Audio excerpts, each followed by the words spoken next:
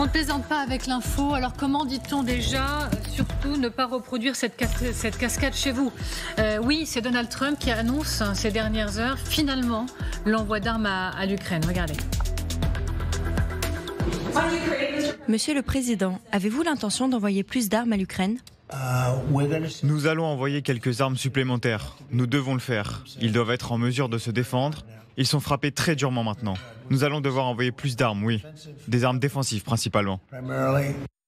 On en parle toujours avec Isabelle Saporta, avec Jean-François Boutens, toujours avec Bertrand Perrier, notre invité ce matin. Bonjour à vous, Aurélien Duchesne. Vous êtes consultant géopolitique et défense, auteur de La Russie de Poutine contre l'Occident, la menace russe au-delà de la guerre en Ukraine, aux éditions Erol. Alors, il annonce finalement envoyer des armes défensives pour l'Ukraine. Pourtant, la semaine dernière, il disait ne plus avoir de stock.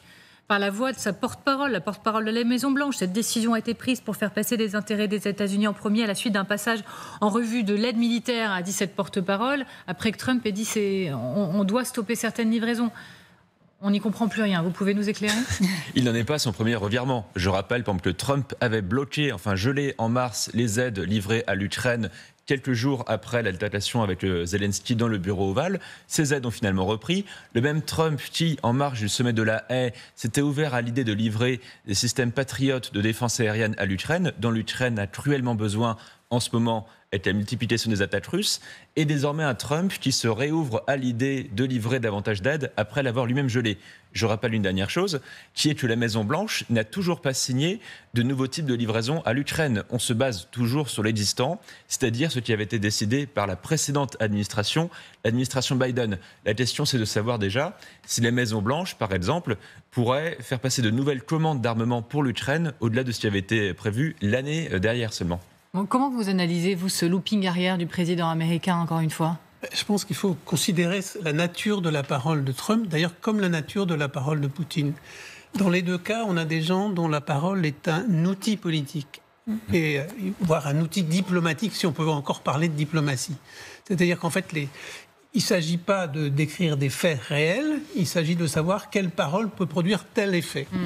Je pense que la décision de suspendre, entre guillemets, les livraisons venait à un moment donné où Trump, je l'avais expliqué sur le plateau, espérait, après avoir le beau succès, entre guillemets, iranien, l'accord de paix en RDC, espérait pouvoir jouer un coup sur le terrain russo-ukrainien.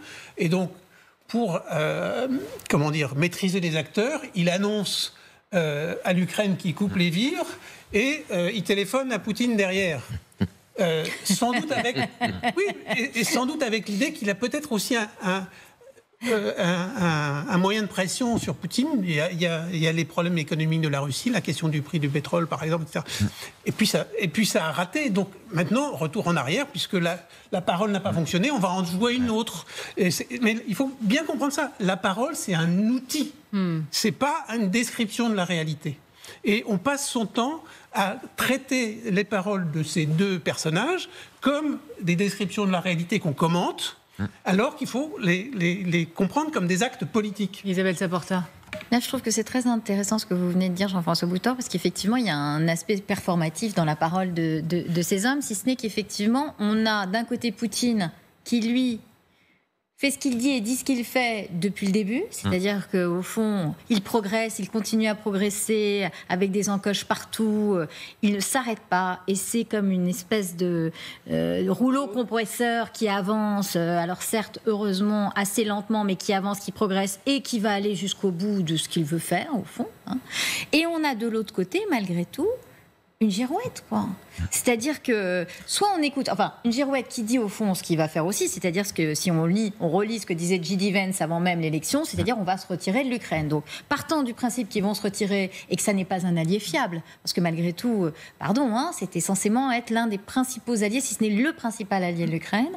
Donc, si on prend le fait objectif qui est qu'ils vont se retirer de l'Ukraine, effectivement, on a pour les Ukrainiens, il faut se mettre 2 secondes à la place de Zelensky, puisqu'il a beau avoir appris à parler le Trump je sais pas comment il arrive à manipuler Trump après ce qu'il avait vécu dans le bureau ovale, mais enfin, il le parle couramment maintenant.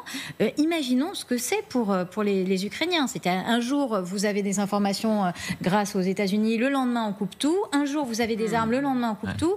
Et tout ça pour essayer de faire un rapport de force avec Poutine. Mais est-ce qu'on pense vraiment que Poutine est impressionné par les États-Unis? Je ne crois pas. Trump se dit mécontent, encore une fois, contre Poutine. Il l'avait dit avec force après le dernier coup de téléphone, la dernière fois, en disant qu'il n'avait absolument rien obtenu de lui. Vous n'y croyez pas une seconde et demie? Non, pas une seconde, même tout court.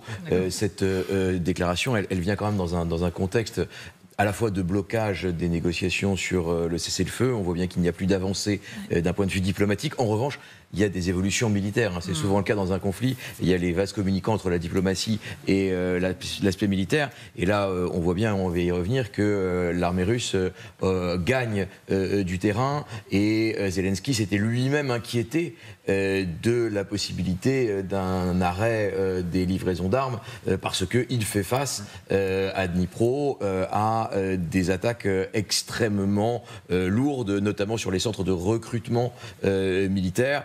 Et donc il y a aussi cet enjeu-là d'un nouvel appel de Zelensky qui a été entendu par Trump. Alors justement, vous parlez de Dnipro, un pied dans la localité de Dachne. Est-ce que Dnipro est déjà russe, cette oblast non annexée par Moscou? On retrouve Marion Cotoneuf et Éric Josset sur le terrain. Bonjour à tous les deux.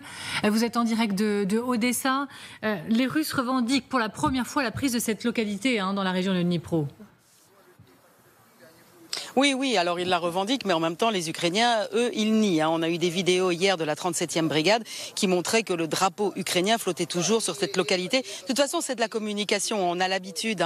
Ça s'est déjà produit avec Toretsk. Par 5 reprises, les Russes ont dit on a Toretsk, alors que c'était toujours les Ukrainiens. Et là, Dachne, ça s'est déjà produit le 2 juillet. Mais au-delà de ça, c'est vrai que la prise de Dachne, les Russes y tiennent, parce que c'est vraiment stratégique. Dachne, en fait, c'est ce petit village, c'est plus rien, en fait. C'est 2 rues qui sont complètement aplaties, il y a plus, c'est des ruines, bon. Mais en même temps, c'est très stratégique parce que depuis des mois, les Russes lorgnent sur Pokrovsk et surtout Kramatorsk. Or, ils ont essayé d'y aller par le sud-ouest, ça n'a pas marché. Donc là, ce qu'ils tentent, c'est une percée au milieu, parce que Dachne, en fait, c'est au milieu, quasiment à même distance de Pokrovsk et de Kramatorsk. Et donc, ils essayent par là. Apparemment, il y a une faiblesse, donc pourquoi ne pas essayer? Et puis, ce petit village, il est en fait à la frontière, j'ai envie de dire, à l'intersection de 3 oblasts. L'oblast de Dnipro, l'oblast de Donetsk et l'oblast de Kherson. Donc en fait, eh bien oui, c'est quelque chose de symbolique, parce que là, Vladimir Poutine peut dire, vous voyez, on avance, là, maintenant, on commence à conquérir l'oblast de Dnipro, où on n'avait encore jamais mis les pieds, alors que les autres sont quasiment conquis. Donc c'est une avancée. Donc vous voyez, en fait, il y a plusieurs lectures. Stratégiquement et militairement, c'est vrai que ça s'explique complètement. Et puis après, eh bien, tout est dans le symbole et dans la communication. Merci beaucoup Marianne Cotoneuf avec Éric Josset sur le terrain. Merci beaucoup à tous les deux. Aurélien Duchesne, est-ce que la poussée russe, elle est en fait inexorable? On évoque maintenant des chiffres, 3 Russes contre 1 Ukrainien. 650 000 Ukrainiens en âge de combattre auraient fui leur pays selon la BBC. Alors, si on élargit un peu la focale, les Russes ont conquis l'équivalent de 0,25% de la superficie de l'Ukraine sur tout le premier semestre jusqu'à fin juin. Et sur l'ensemble de l'année dernière, les Russes n'ont pris que 1% de la superficie de l'Ukraine. Je rappelle ça pour relativiser l'idée d'un rouleau compresseur russe. Et ce rouleau compresseur russe, il avance au prix de pertes de plus en plus lourdes au kilomètre carré. On a presque 5 à 6 fois plus de Russes tués, ou en tout cas blessés, par kilomètre carré de conquis pour l'année dernière par rapport au début de la guerre. Là où ça devient extrêmement dangereux pour les Ukrainiens, par contre, c'est que, au-delà du symbole, celui d'avoir pour la première fois de telles incursions dans une nouvelle région, au-delà des régions qui étaient les plus, on va dire, émiettées par l'avancée russe, c'est que les Ukrainiens reculent presque partout. Ce que vous voyez au sud, c'est d'autant plus douloureux, cette région du sud-est de l'Ukraine, que c'est là où les Ukrainiens avaient, en 2023, concentré le plus de moyens pour une contre-offensive, parce qu'ils pensaient que c'était le point faible du front, la région notamment de Zaporijia. Le fait que les Ukrainiens reculent également de ce côté, alors qu'ils sont dans le recul aussi du côté de Pokrovsk, de Donbass, ça c'est d'autant plus douloureux pour eux. Alors je voudrais qu'on regarde maintenant une citation de Mark Rutte, le patron de l'OTAN, qui dit ceci. La Russie se reconstitue à un rythme et une vitesse sans précédent dans l'histoire récente. La machine de guerre russe, elle est en train de s'accélérer, c'est ce que l'on comprend. Et dans quelle mesure on a sous-estimé, et surtout sous-estimé l'aide de la Chine? Parce qu'il dit aussi le 9 juin dernier, ceci, tiens d'ailleurs je pense qu'on peut réécouter Mark Rutte le 9 juin dernier. La machine de guerre de Poutine s'accélère. Elle ne ralentit pas. La Russie reconstitue ses forces avec la technologie chinoise et produit plus d'armes que nous le pensions. En termes de munitions, la Russie produit en 3 mois ce que l'ensemble de l'OTAN produit en 1 an. On vient seulement de réaliser ce qui était en train de se jouer, de se passer. On commence seulement à comprendre à quel point la Russie est en capacité de se réarmer, et notamment grâce à la Chine. Malheureusement, ça fait 3 ans qu'on sous-estime 2 types de choses. La première, c'est le potentiel industriel de la Russie. Pour donner 2 chiffres, la Russie produit à peu près 1800 chars d'assaut par an. Oui. L'Europe, c'est 50 par an, des chars Léopard 2, pour donner une comparaison. Alors on peut dire que 80% de ces chars d'assaut, c'est ce qu'on appelle du rétrofitage, de vieux chars soviétiques qui sont modernisés pour être envoyés sur le front. De l'autre côté, les Russes produisent 250 000 obus par an. Nous, l'Europe, on veut atteindre les 170 000 en fin d'année. Les Américains seront, par mois, pardon. Les Américains seront à 40 000. 3 millions par an côté russe, 2 millions pour l'Europe pour toute l'année qui vient. Par comparaison, il y a une chose enfin qu'on sous-estime, c'est quand on parle des dépenses militaires, on se trompait avant l'invasion de l'Ukraine en expliquant que, regardez, mais la Russie a le budget de la France, elle ne va jamais envahir l'Ukraine. Sauf qu'en parité de pouvoir d'achat, $1 dépensé en Russie, enfin équivalent, c'est équivalent de $3 aux États-Unis ou en Europe. Le budget réel de la Russie est 3 fois plus élevé que les valeurs dites nominales. Un peu complexe de ma part, mais si on veut comparer entre notre budget et celui des Russes. Et très brièvement, s'agissant de la Chine, alors on a des preuves de la part du renseignement en source ouverte qu'il y a non seulement bien sûr des composants de drones utilisés dans les armées russes et ukrainiennes, sauf que la Chine a interdit des exportations de composants de drones vers l'Ukraine, mais bizarrement pas vers la Russie, pour un pays qui est censé être neutre, et on voit des défenses anti-drones chinoises dans l'armée russe, par exemple. Mais pardon, on est encore à côté de l'histoire ?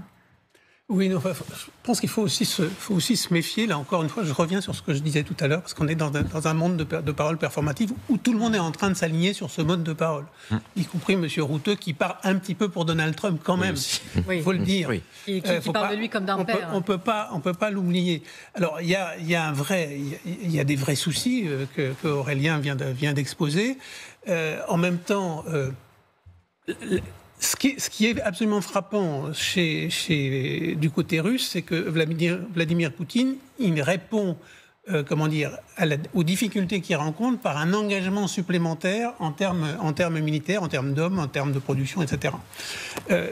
Là-dessus, il n'a pas changé ses objectifs, et il a en face de lui un Donald Trump dont l'objectif, lui, c'est de faire des affaires avec les tyrans, parce que les tyrans, c'est plus facile de discuter avec les tyrans qui maîtrisent leur peuple qu'avec les démocraties. C'est en gros ça, notre Trump. C'est pour ça qu'il change, parce que ce qu'il veut, c'est quand même le pouvoir des tyrans. La preuve, c'est qu'il fait en sorte que Khamenei se maintienne, il garde Poutine, etc.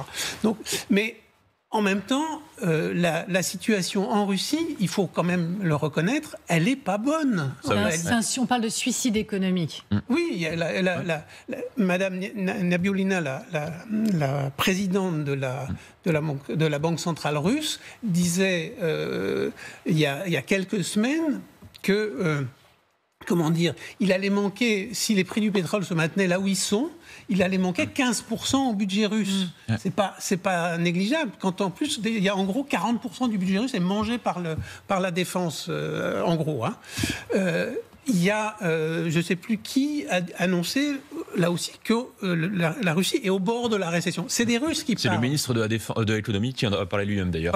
Voilà. Donc en réalité... Là, on a une espèce de course en avant de la part de Poutine qui en fait plus. Là aussi, il y a des effets déclaratoires. On a tous été très impressionnés par l'énorme frappe sur Kiev de 500 drones. Qu'est-ce qui suit derrière les jours suivants ? C'est 50. Donc ça veut dire que les moyens... Il y a une utilisation spectaculaire des moyens, il y a une spectacularisation des opérations. Mais comme le rappelait Aurélien, les gains sont en réalité très minimes, à un prix terrible. si vous prenez le mois de juin, si vous rapportez ça à la longueur de la ligne de front, c'est 300 mètres. C'est 300 mètres à peine. C'est rien.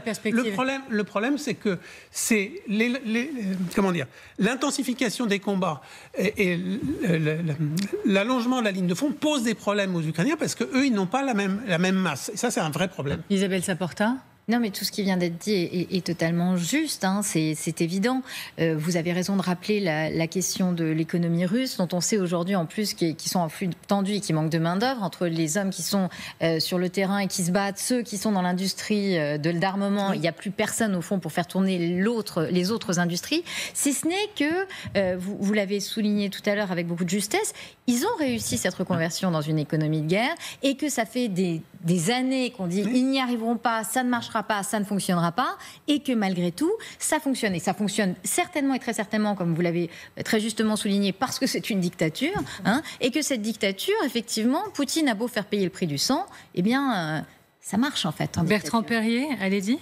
Oui, on a vu que Mark Rutte, effectivement, qualifié de père Donald Trump, donc il n'est pas totalement neutre dans cette affaire. Disons qu'il a des choses à négocier aussi. Il a aussi des choses à négocier pour lui et pour l'OTAN, mais on a vu ses déclarations sur la possibilité d'une troisième guerre mondiale qui serait coordonnée entre la Chine et la Russie. C'est assez fascinant, en expliquant qu'en 2027, la Chine allait envahir Taïwan et que pour distraire l'OTAN, dans le même temps, Xi Jinping se coordonnerait avec Vladimir Poutine pour que Vladimir Poutine attaque un État membre de l'OTAN, obligeant ainsi tous les États membres de l'OTAN à réagir. Alors, on a l'impression que les pays baltes sont évidemment les plus proches de cette possibilité d'attaque.